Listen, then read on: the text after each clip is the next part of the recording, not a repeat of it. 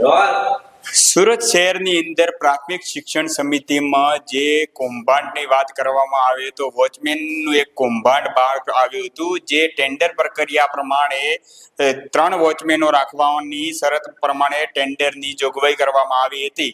પણ જે કઠોર પ્રાથમિક શિક્ષણ સમિતિ જે સ્કૂલ જે છે 367 નંબરની સ્કૂલ છે, જેમાં એક જ વોચમેન રાખી અને 24 કલાક સુધી તેને કૌભાંડ આચરવામાં આવ્યું હતું. અને વાત કરવામાં આવે તો જેને કૌભાંડને લઈને જે શિક્ષકો હતા તેની ક્યાંક ભૂમિકા શંકાના દાયરામાં હતી, જેને લઈને તાત્કાલિક તેની બદલી કરવામાં આવી હતી.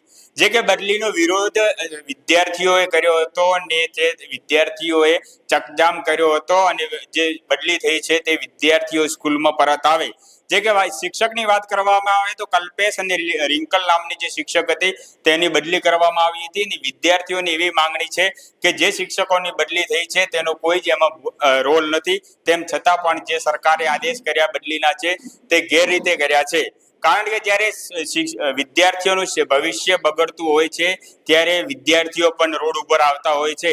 જ્યારે આ વિદ્યાર્થીઓ રોડ ઉપર આવવાના કારણે ટ્રાફિક જામ બહુ મોટા પ્રમાણમાં જોવા મળ્યો હતો. સ્થાનિક પીઆઈ, એસીપી, ડીસીપી જેઓનો ઉચ્ચ અધિકારીઓનો કાફલો ઘટના સ્થળ ઉપર પહોંચ્યો હતો અને ભારે જહેમત બાદ વિદ્યાર્થીઓને સમજાવવામાં આવ્યા હતા.